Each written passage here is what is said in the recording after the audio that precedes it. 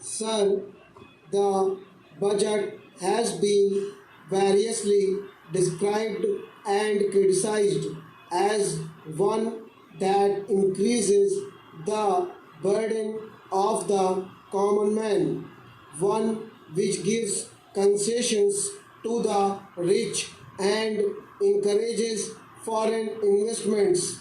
I agree, sir, that it is all this and much more, but it certainly is not a highwayman's budget. To my mind, sir, the budget is sincere, conscientious, and at the same time, it is a bold effort on the part of the finance minister who is charged with heavy responsibility of finding resources for the third 5-year plan. This plan, to my mind, sir, is not at all ambitious in view of our needs.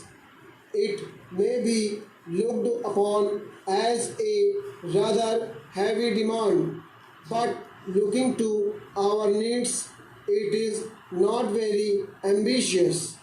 Sir, the fact that even the considerations of the coming general elections could not delect the finance minister from the course which seemed to him necessary and proper should earn him the appreciation of every right thinking man. The common man's interest, as I said, is nearer to our hearts than perhaps some others can claim, or at least it is equally nearer to us. And yet, there come times in a nation's history when it becomes necessary for the people to postpone the fruits of their labor and enterprise to secure the future. Here also, sir, opinions may differ.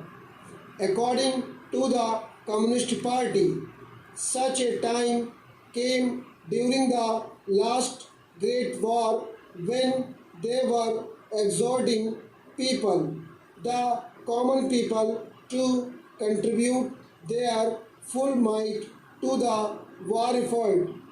According to us, however, sir, we are passing through such a time at the present moment, and I have no doubt that the common people appreciate this position and will willingly tighten their belts, contribute their full might, and will surely return the Congress to power, having full confidence in the future and looking to a future where their posterity will be assured of a far better social and economic order. Who, sir, does not sympathize with the difficulties of the common man? As a matter of fact, most of us come from that class, and I am sure the finance minister would have liked to do away with some of the levies. None would have been happier if he could have done without these new levies.